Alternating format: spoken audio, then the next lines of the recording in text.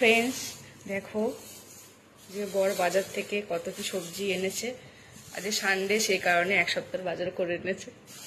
তো দেখো এখানে উচ্ছে, টমেটো, বেগুন, পটল, ভেন্ডি, তারপরে দেখো কুমড়ো, বেগুন, এগুলো হচ্ছে কচু, শসা, দেখো মূলো,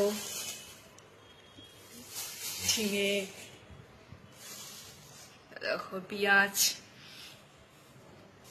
তারপরে এটা এই কলমি শাক, আর এখানে মাছ, ইলিশ মাছ।